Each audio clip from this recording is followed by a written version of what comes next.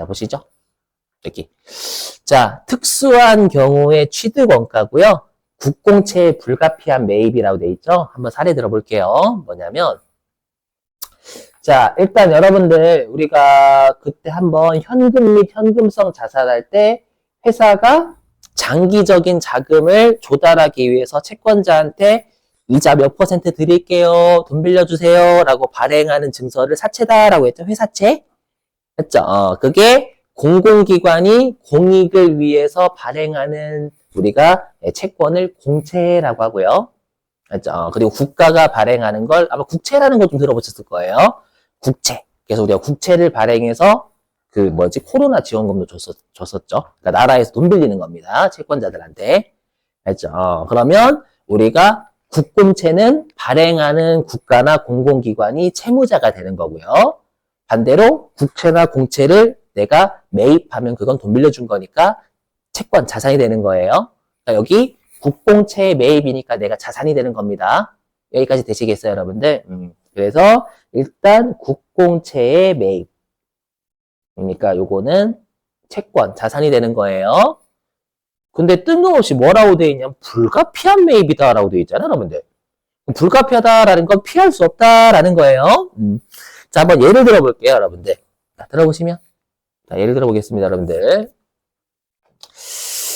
혹시 여러분들이 차 사실 때 있잖아요. 유형자산은 비싼 애들이 많죠. 차, 건물, 토지. 이름만 들어봐도 장난 아니에요. 기계, 기계 비싼 건 천억도 합니다, 천억. 실제로. 그러다 보니까 국가 입장에서는 이런 거예요. 유형자산을 사는 애들은 부자겠네? 부자니까 좀 국익이나 공익에 기여를 좀 하라라는 거예요. 그런데 만약에 예를 들어가지고 우리가 국익이나 공익에 기여를 하라라는 건 이 국공채를 사야 된다라는 거예요. 반드시. 했죠? 왜냐하면 국공채를 사서 돈을 이제 나라한테 여러분 빌려주는 거잖아요. 부자들이. 일단 유형자산을 산 부자라고 생각하니까. 알죠? 그래서 이제 부자들이 돈을 빌려주면 그거 가지고 우리가 우리가 재건축, 낡은 아파트도 새로 짓고 이렇게 하겠다라는 거예요. 근데 만약에 실제로 자, 부자들 유형자산 취득한 부자니까 세금 좀 내봐요. 이렇게 하면 반발이 심할 거란 말이에요. 그렇죠? 그래서 어떻게 하냐라고 하면 내가 해당 유형자산을 취득할 때 쥐도 새도 모르게 해당 국공채를 스리슬쩍 얹습니다. 그래서 어떻게 하냐면 여러분들이 차를 사시면 만약에 차가 3천만 원짜리 차라고 해봐요. 맞죠? 그럼 거기에 차 가격은 한 2,400만 원 되고요. 국공채가 600만 원이 낑겨져 있어요. 그걸 난 모릅니다. 왜냐면 그래 어떻게 이게 뭔가를 낑겨서 어떻게 살 수밖에 없는 구조돼 있어요. 무조건. 맞죠? 그러면 그걸 왜 사는지를 이해하셔야 돼요. 자, 들어보세요. 그럼 내 입장에선 이거죠. 그럼 내 입장에선 불가피하게 사는 거잖아요. 왜 불가피하게 사는? 국가 입장이 이거예요. 국가 입장에서는 네가 이 해당 국공채를 삼으로써 해당 이 국공채를 사지 않으면 국공채를 매입하지 않으면 법적 소유권으로 인정을 안 해주겠다라는 의도가 깔려 있어요. 일단 그게 되셔야 돼. 이 국공채를 사지 않으면 소유권 인정 안 해주겠다라는 건데 실제로는 살 수밖에 없는 구조입니다. 그렇게 받아들여 주셔야 돼요, 여러분들. 아셨죠? 일단은 자 그랬을 때 여기 화면 좀 보실게요. 자, 여기 사례 가지고 설명드리면 자 2023년 1월 1일 날 차량을 1,000원에 구입했대요. 그럼 여기까지만 보면 차량 운반구 1,000원 잡혀야 되는 거예요. 자, 근데 만기가 5년짜리랍니다. 만기는 5년짜리 공채고요. 액면가액 곧 설명드리겠습니다. 액면가액은 500원, 현재 가치는 300원을 액면가액에 현금으로 구입하였다. 근데 해당 공채는 단기 시세 차익을 얻을 목적으로 구입함. 제가 방금 불가피하게 산다라고 했잖아요. 근데 단기 시세 차익 얻을 목적으로 구입한다라고 돼 있죠. 이거는 왜 그러냐면 실제로는 시세 차익 때문에 사는 게 불가피하게 사요. 하지만 우리는 계정 과목이 있어야 되잖아요. 그럼 우리가 기억나실지 모르겠지만 유가증권 동네에서 채권을 매입하면 그게 단기매매증권, 만기보유증권, 매도가능증권 중에 셋 중에 하나로 분류해야 되기 때문에 개정 과목이 이렇게 던져줄 수밖에 없다라는 거예요. 실제 현실에서는 시세 차익 목적으로 구입하지 않아요. 그냥 개정 과목을 던져주는 거예요. 단기매매증권 처리하라고 채권을. 아셨죠? 그럼 이제 액면가액과 현재 가치가 뭔지 설명드릴게요. 뭐냐면 나중에 사채가 살 건데 액면 금액은 만기에 이 금액을 주겠다라고 하는 거 우리가 액면 금액이다라고 불러요. 국채나 공채나 사채나. 했죠? 그러면 이게 만기가 5년짜리면 얘는 2027년 12월 31일이 만기가 되거든요. 그 만기가 되면 국가 입장에서는 500원을 5년 뒤에 주는 거예요. 2027년 12월 30일 500원 주는 겁니다. 여기까지 되시겠어요? 오케이? 근데 나는 언제 회계 처리해야 돼요? 차 살 때. 요날 회계 처리, 요날. 했죠? 그러면 여러분 이건 듣고 버리세요. 뭐냐면 5년 뒤에 5억 받을래? 지금 5억 받을래? 라고 하면 여러분들 뭐를 선택? 지금 5억. 왜냐면 미래에 5년 뒤에 5억은 지금으로 따지면 5억보다 낮은 가격이잖아요.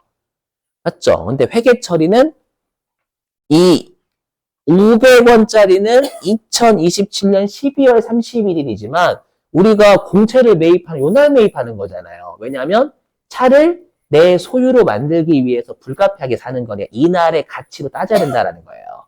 어떻게 따지는지는 세무 1급 때문에 세무 1급 때. 지금 문제 줍니다.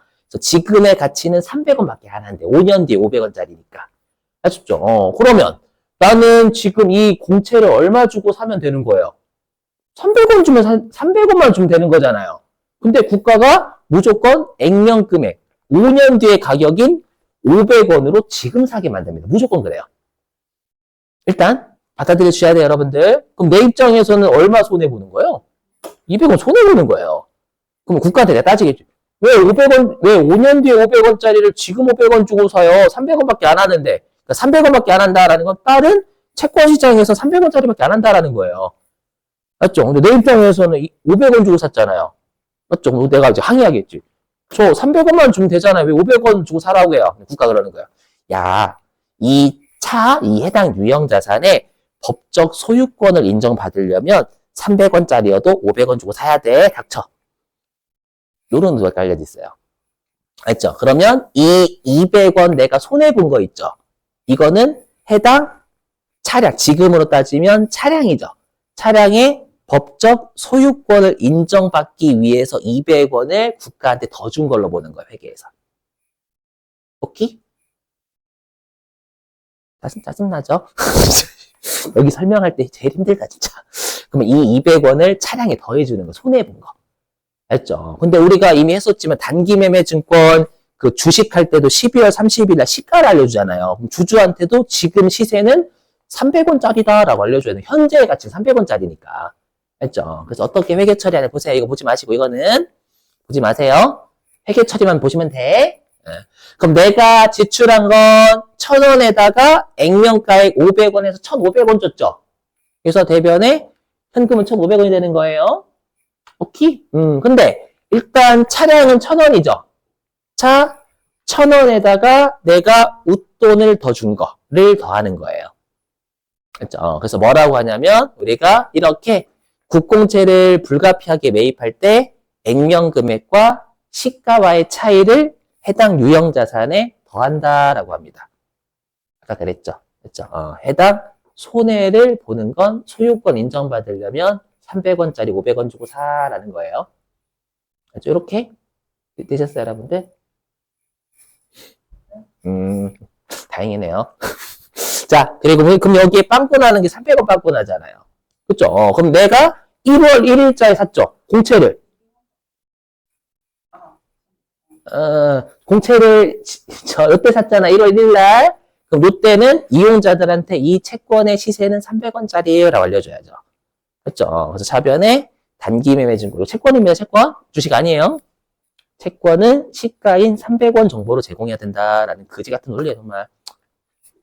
어쩌겠어. 받아들여야지, 여러분들. 됐죠? 말 문제로는 꽤 많이 냈어요. 어떻게 말 문제로 장난치냐, 이렇게 어떻게 장난쳤냐면, 이렇게 국공채를 불가피하게 매입하는 경우에 액면 가액을 가산한다라고 장난치는 경우가 많았어요. 뭘 가산하고? 액면 금액과 시가와의 차액, 손에 웃돈 더 준 거를 가산하는 거지. 액면 금액 500원을 한 방에 가산하는 게 아니에요. 말 문제 아셨죠? 되셨어요? 자, 넘어가고요. 자, 이제는 특수한 경우에 취득원가 무상 취득할게요. 자, 들어보실게요. 뭐냐면 여기도 이제 개정 과목 암기입니다, 여러분들. 자, 우리 회사가요.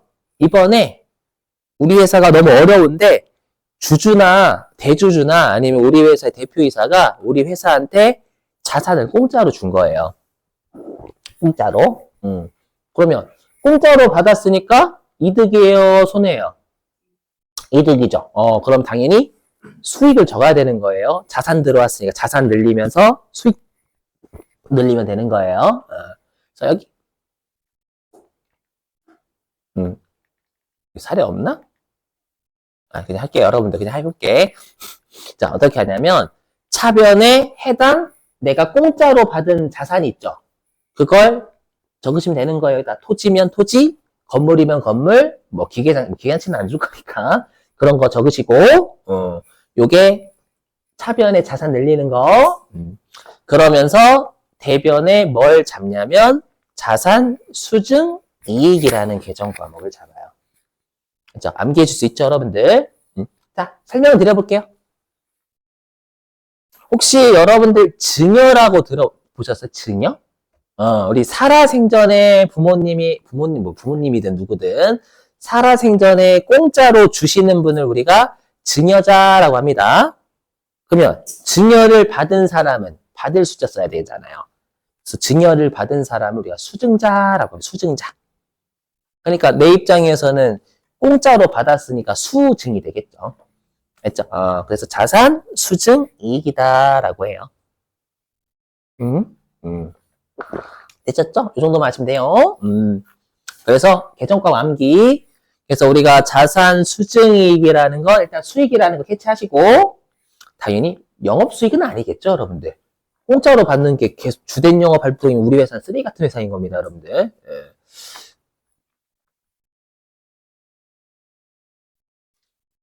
자, 근데 들어보세요. 근데 시험에 이렇게 장난칠 때가 있어요. 어떻게 장난치냐면 회사가 공짜로 받은 토지의 시가는 예를 들어서 2억이래, 2억. 공짜로 받은 건 2억인데 그럼 공짜로 준 그 이사의 장부상에는 토지가 1억 5천으로 돼 있는 거예요. 공짜로 준 놈의 장부에는 해당 자산이 1억 5천. 그리고 근데 그 토지의 시가는 지금 2억짜리인 거예요. 했죠. 그러면 받은 회사 입장에선 2억 쓸까요? 1억 5천 쓸까요? 2억 씁니다. 왜? 회사 입장에서는 나한테 준 놈의 장부에는 얼마 기록되는지 관심 없어요. 지금 시세가 2억짜리니까 2억 적는 거예요, 그냥. 아셨죠? 그래서 해당 여기에다가 시가 적는 거예요. 장부 금액 적는 게 아니라. 맞죠? 가장 더럽게 냈던 적이 요거거든요. 아셨죠? 그래서 여기다 2억 적는다, 시가 적는다. 장부가가 아니라. 자, 넘어갈게요. 자, 그 다음에 이제 요거가 최근에 좀 출제가 되더라고. 별표 정도는 아닌데, 여러분들 43페이지 혹시 네 번째 칸 건설자금이자 차입원가 자본화라는 거 보이세요? 보이시죠? 거기에다가 회차조. 이건 또 여러분들한테 풀게끔 할게요. 자, 43페이지에 네 번째 칸 맨 위에 거기 건설자금이자 차입원가 자본화에다가요. 98에 2-4 적으시죠. 98에 2-4 자, 여기 보실게요, 여러분들. 자, 여기에서 차입 원가는 개정과목 아닙니다. 뭐냐면 내가 차입은 돈 빌린 거죠. 그리고 원가는 비용이란 말이에요. 그럼 돈을 빌리면 어떤 비용이 나가요? 이자 비용, 이자 비용. 이거 이자 비용이에요. 여러분들 왜 회계할 때 용어 진짜 어렵죠? 이거 듣고 버리셔도 돼요. 왜 용어가 어렵냐면 외국에 있는 영어를 우리나라 말 그대로 직역해서 그래요. 그래서 힘들어요. 됐죠? 그래서 그냥 받아들여 주셔야 돼요, 여러분들. 근데 시험에는 그대로 내요. 자, 그리고 자본화라고 했으니까 얘도 왠지 자본 처리해야 되잖아요. 됐죠? 아니에요. 우리 아까 했던 자본적 지출의 그 자본이에요. 아까 우리 자본적 지출이 뭐 처리하는 거였냐면 자산 처리였죠. 그래서 해석하면 이자 비용을 자산으로 처리하세요 라는 뜻이에요. 이거. 자본화도 여러분들 우리가 계정 과목은 아니고 자본화, 뭐 자산 처리하라는 뜻입니다.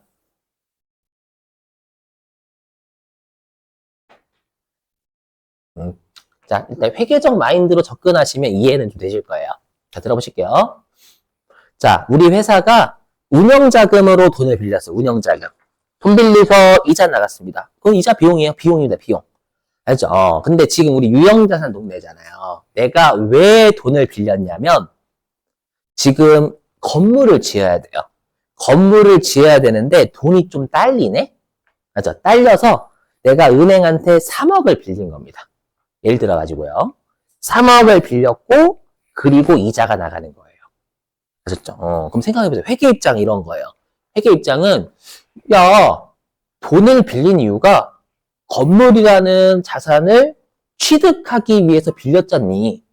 맞죠? 일단 생각해보세요. 건물을 취득하기 위해서 빌렸잖아요.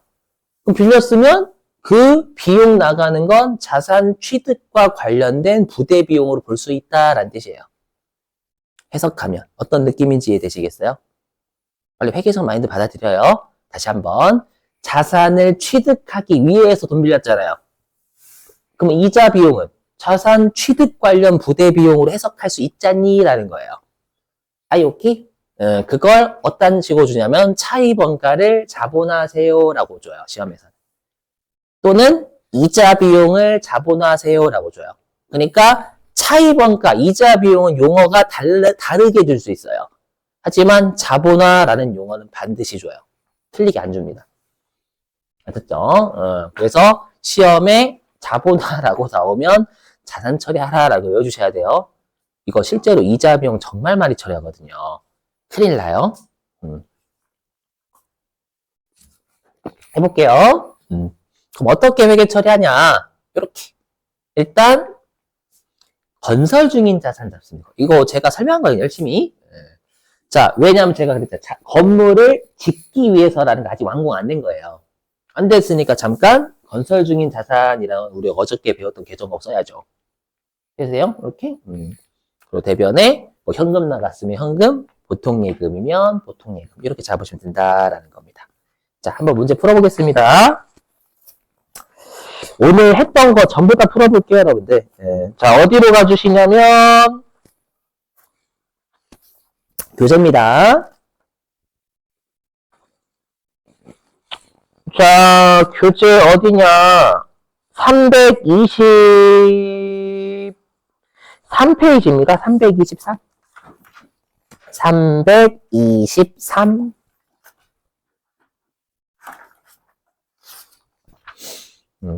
자, 323페이지에 6번 있을까요? 6번. 11월 8일. 보이세요, 여러분들? 일단 요것 좀 먼저 풀어주세요. 323페이지에 6번.